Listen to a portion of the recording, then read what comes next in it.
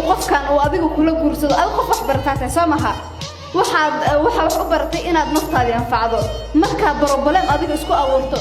بروبلم كوا أور ميا وأنا واحد بدن قصص كبر بران نيك هدونا كل جورس أما ناجا كذا بقشة يعني responsibility كاير هذا ما هو حمل له حمي. السلام عليكم ورحمة الله وبركاته سود وهذا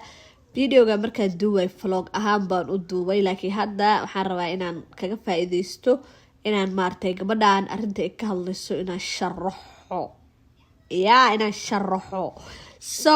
قبله فيديو كان لايك كريا سو channel كورنو سوكعو هدو إليه أود لك الرالي نقضو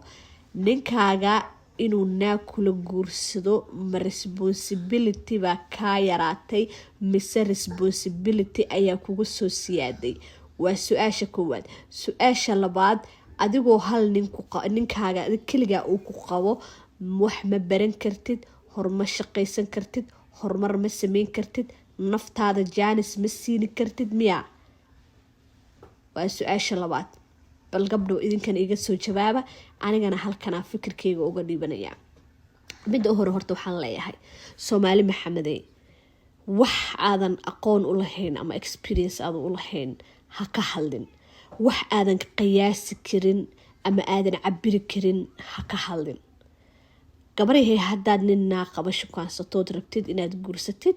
maasha Allah opinionkaaga waayay waartay xaraam ma aha maasha Allah tabarakallah go'aankaaga waayay abaayo kibgoy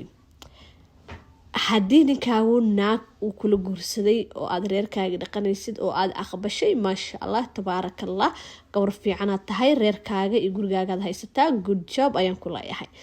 laakiin waxyaabaha aad dadka ka dhaadhicinaysaan oo macquul galka aan ahayn oo naftiina ku aqbasheen dadka ha u sheegina waa mid koowaad sababta aan saas u leeyahay waxay tahay adigu naftaadu way aqbashay inaad qof nolol iyo life kala leh inaad nolol la wadaagtid oo share ka qayb gashid adiga inuu qofkaagii aad nolol qof kale inuu la sii wadaago oo aad shirkad weyn noqotaan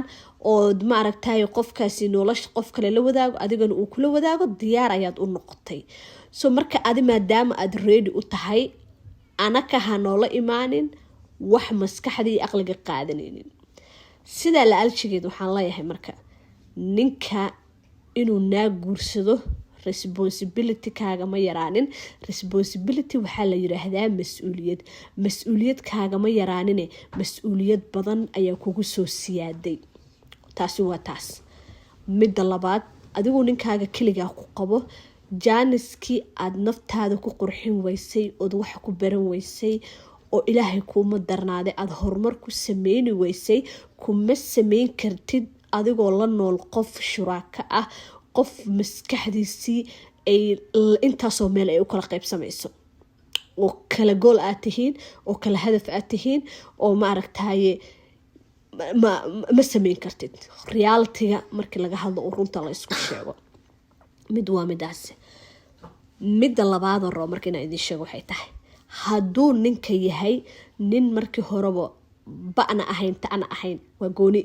qof markii horeba de iska jiifay oo banaanka intuu ka soo shaqeeyo hadana sariirtaas iska seexdo halkaas ba'na ahayn oo ta'na ahayn oo de biilasha guriga ka bixiyo hadduu naa kala guursado mas'uuliyadna kaama yaraanin mas'uuliyadna kuma soo korin waa ma aragtay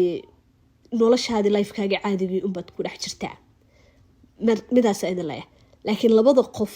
ee wada nool ee is support gareeyo physically mentally emotionally guriga iskala shaqeeyo banaanka iskala soo shaqeeyo awlaad isla korsado is support gareeyo isgarab istaagan isku goolka ah isku hadafka ah markuu qofkii nolol kale iyo life kala damco